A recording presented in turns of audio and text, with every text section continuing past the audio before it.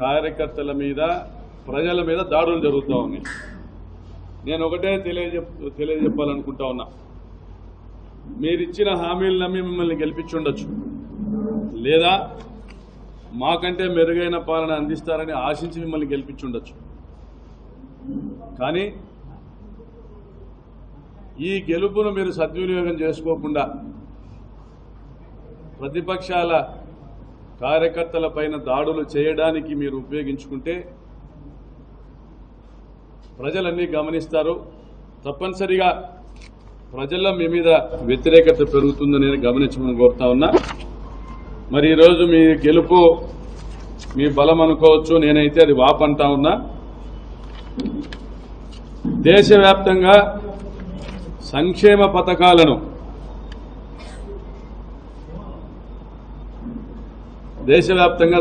పథకాలను ఎవరు అమలు చేయకుండా చూడాలనే ప్రయత్నంలో భాగంగానే నరేంద్ర మోడీ గారు చంద్రబాబు నాయుడు గారిని ఉపయోగించి అలవిగాని హామీలు ఇప్పించి ప్రజల్ని నమ్మించి 2,69,000 కోట్ల రూపాయలు నేరుగా ప్రజల ఖాతాల్లోకి వేసిన జగన్మోహన్ రెడ్డి గారిని ఓడించారు. ఇది ఒక పెద్ద కుట్ర. మరి 2,69,000 కోట్ల రూపాయలు 5 సంవత్సరాల కాలంలో పేదల ఖాతాల్లోకి వేసిన జగన్మోహన్ రెడ్డి గారినే ఓడిస్తే ఈ దేశంలో ఏ రాష్ట్ర ప్రభుత్వం కూడా సంక్షేమ పథకాలు ఇవ్వాలనేసి ఆలోచన చేయదు. కాబట్టి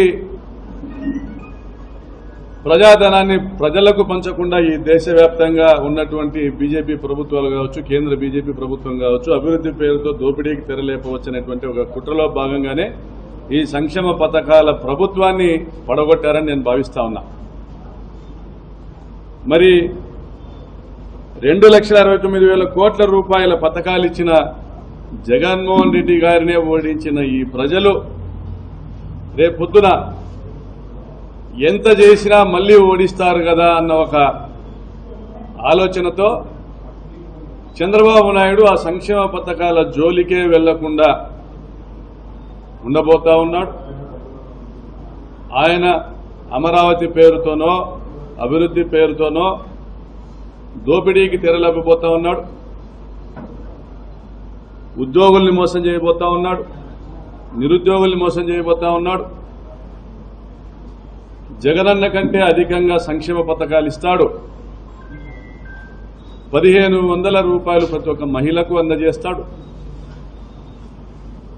సత్వరమే 4,000 రూపాయల పెన్షన్ ఇస్తాడు. జూలై 1వ తేదీన 7,000 రూపాయలు ఇద్దరికి అమ్మఒడి ఇస్తాడు.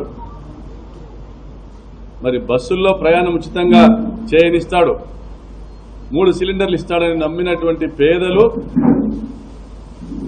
మరి వీటన్నిటికీ అయ్యేటువంటి ఈ ఖర్చును గురించి తెలిసిన చంద్రబాబు మోసం చేస్తాడని భావించలేదు కాబట్టి నమ్మి ఓట్లేశారు.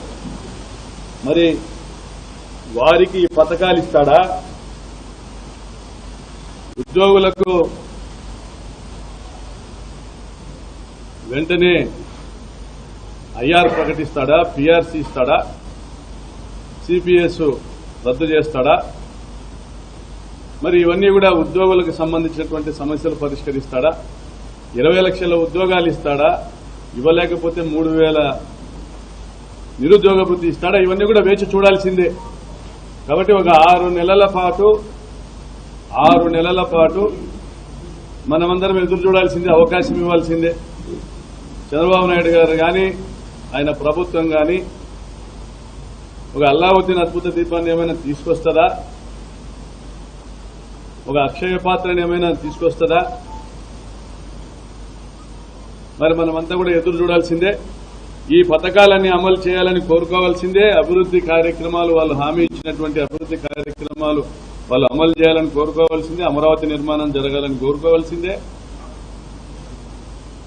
మరి నిరుద్యోగుల సమస్యలు పరిష్కారం చేయాలని కోరుకోవాల్సిందే. కాబట్టి 6 నెలలు సంయమనం పాటించండి. వైఎస్ఆర్ కాంగ్రెస్ పార్టీ శ్రేణుల్లోకి నేను పిలుపునిస్తా ఉన్నా. ఈ జిల్లాలోని 14 మంది మేమందరము కూడా మీ వెంట ఉన్నాం. మనమందరం కూడా జగనన్న వెంట నిలబడదాం.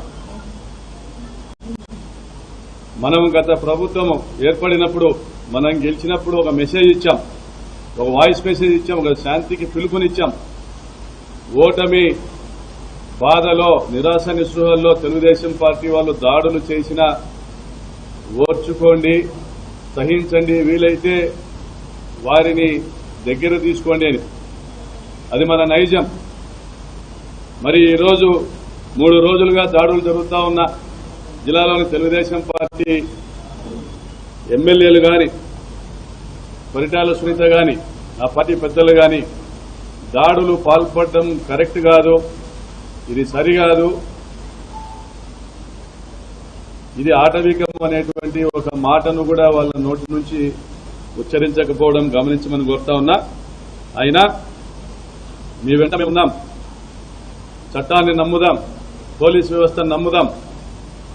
ఎటువంటి దాడి జరిగినా కాగితం మీద కంప్లైంట్ ఇచ్చి వాట్సాప్ లో పెట్టమని కోరుతా ఉన్నా. కేసులు కట్టిస్తాం. చట్టం తలుపులు మూసుకుంటే న్యాయదేవత తలుపులు కొడతాం. తప్పనిసరిగా ఎఫ్ఐఆర్లు చేయిస్తాం, కేసులు విచారణ జరిపిస్తాం. మిమ్మల్ని మేము కాపాడుకుంటాం. చట్టబద్ధంగా ప్రజాస్వామ్యయుతంగా పోరాడదాం. మరి అవకాశం ఇచ్చారు కాబట్టి ప్రజల నిర్ణయాన్ని గౌరవిద్దాం. అదేవిధంగా వారు మంచి చేస్తే కూడా స్వాగతిద్దాం, ఇచ్చిన హామీలని నిలబెట్టుకుంటే కూడా స్వాగతిద్దాం. మనకంటే మెరుగైన పాలన అందించినప్పుడు తప్పనిసరిగా మనం స్వాగతించాల్సిందే. దానికి 6 నెలల సమయం ఇద్దాం. అందరూ కూడా వైఎస్ఆర్ కాంగ్రెస్ పార్టీ శ్రేణులందరూ కూడా ముందు ఓటమి బాధ నుంచి బయటికి రండి. గెలుపోటములు దైవాధీనములు. ప్రజాస్వామ్యంలో గెలుపు సహజమే, ఓటమి సహజమే. ప్రజల అంచనాల మేరకు మనం పని చేయలేకపోయామా, లేదా మనం ఇచ్చిన సంక్షేమ పథకాలు ప్రజలకు వారికి చాలలేదా, లేదా తెలుగుదేశం పార్టీ కార్యకర్తలు ఇంటింటికి వెళ్లి ఏదైతే చంద్రబాబు నాయుడు అబద్దాల మేనిఫెస్టో ఉందో వాటి ఫలాలు లక్షల రూపాయల మేరకు ఒక్కొక్క ఇంటికి ఇలా అవుతాయని చెప్పి వారిని ఒప్పించగలిగారా, లేదా వారి అనుకూల మీడియా మన ప్రభుత్వం మీద, మన జగనన్న మీద, మా మీద చేసినటువంటి దుష్ప్రచారాన్ని నమ్మారా? ఇది నిజము నిలకడగా తెలుస్తుంది. కాబట్టి అందరూ కూడా సంయమనం పాటించమని చెప్తా ఉన్నాం. ఎవరికి ఎటువంటి ఇబ్బంది కూడా రాదు, ఎవరికి ఎటువంటి ఇబ్బంది రాదు. 14లో వాళ్ళ ప్రభుత్వం వచ్చింది, వాళ్ళు హామీలు అమలు చేయలేదు. ప్రజలు పిలుచుకున్నారు మనల్ని. 2015 నుంచే ప్రజలు తిరగబడ్డారు.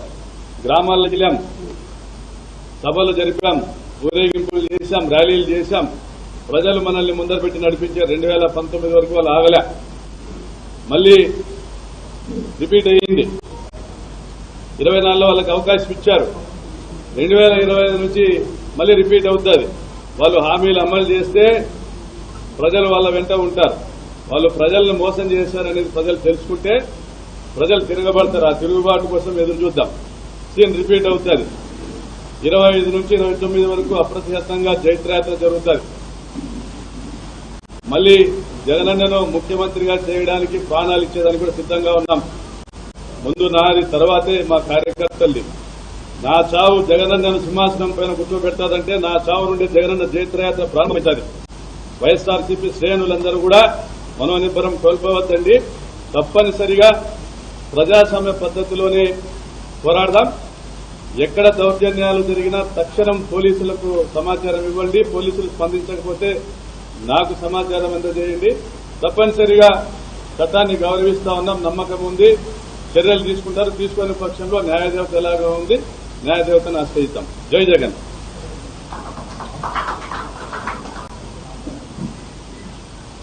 ఇది కాపీలు